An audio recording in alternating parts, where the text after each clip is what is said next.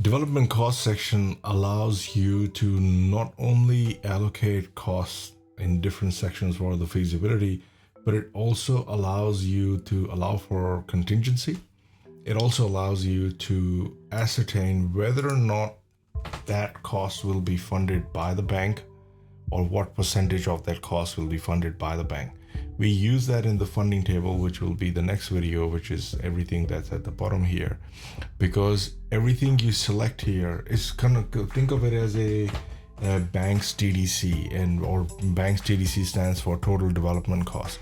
Now you might say, okay, it cost me $1 million, but the banks might come up with and say, based on our calculations, we do not account for stamp duty in it, we do not account for interest costs in it, or we do not allow for the legal costs that you might have paid. They might take out all those costs and just consider hard costs, because there are certain soft costs that the banks will not fund, and they will not consider those as part of their total development cost.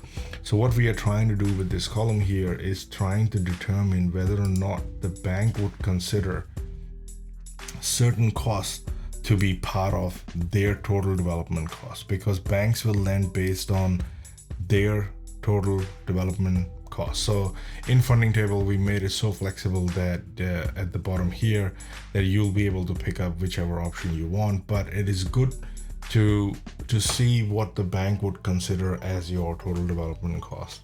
So you've got construction costs, residential, these values automatically are populated, so they are already coming up from what you've already entered in here for calculating construction costs. They will come in here with the contingency. You can add contingency on top of it. You've got construction in here where you can add contingency. Now when you are going for funding, you could say, okay, bank, because this is a hard cost, bank would consider 100% of it as to be cost of the project, not what they will fund, but what they would consider as hard cost.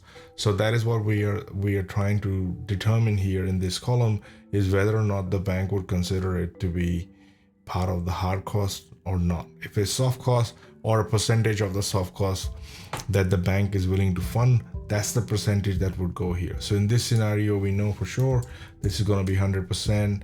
Okay, now we have sales commission.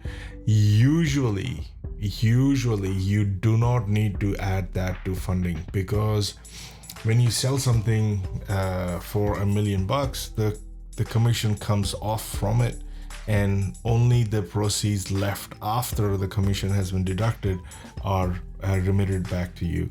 So you don't really need to account for funding for that. Now this is related to funding, but if you select yes over here, what it is going to do is that you are going to pay approximately $66,000 in sales commission on residential and about $15,000 in sales commission on commercial. They will account for this to be added to part of your cost.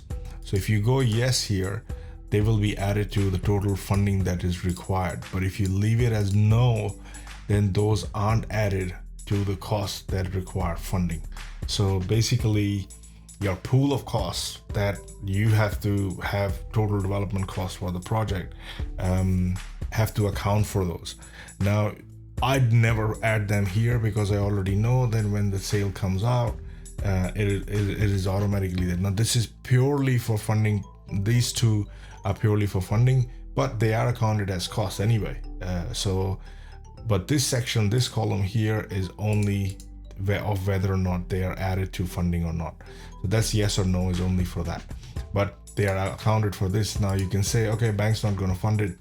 So if you put 0 here, what this means is that 66,000, 100% of that will be funded by the developer. So it'll become as part of the developer's equity. And if it includes GST, then you can check the GST thing off here.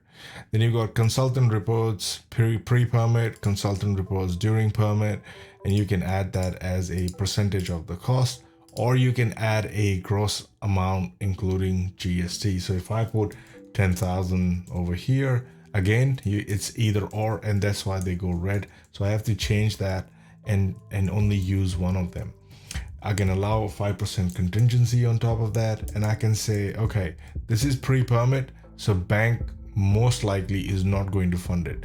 Now this is during construction, and if I say, okay, it's going to be 5% of the construction cost, but I'm not entering a normal value. So if I was to enter 15,000 here, they're both going to go red. So I have to choose one of them. That means I'll go with that. And then I'll add another 5% contingency. And I know for sure that the bank will fund this. Nonetheless, they all have to have GST on them. So I'll put the GST on them. Same for marketing expenses. You can put in as a percentage of sales. Now these marketing expenses are different from your sales commission. Sales commission are calculated separately. These are all the efforts that you make in marketing material or advertising. Those are the things that will go here. Then you got statutory fees or development fees, or we call it council contributions, as a percentage of land or as a value. So I can change that and say 5% and change that to value as 0. So, or if you have a number, then you can enter that number specifically right here. So I could put 45,000, for example. I'll allow 5% contingency because I'm, making a guess, and I know that bank will not fund this for me, and this will not have GST on it because council contributions don't attract GST. Then you got closing costs that you can allow for per unit. So these are your legal costs. If there is you can allow $500, $1,200 per unit, or you could enter a gross amount. So if I had 3 units, I can put 3,600.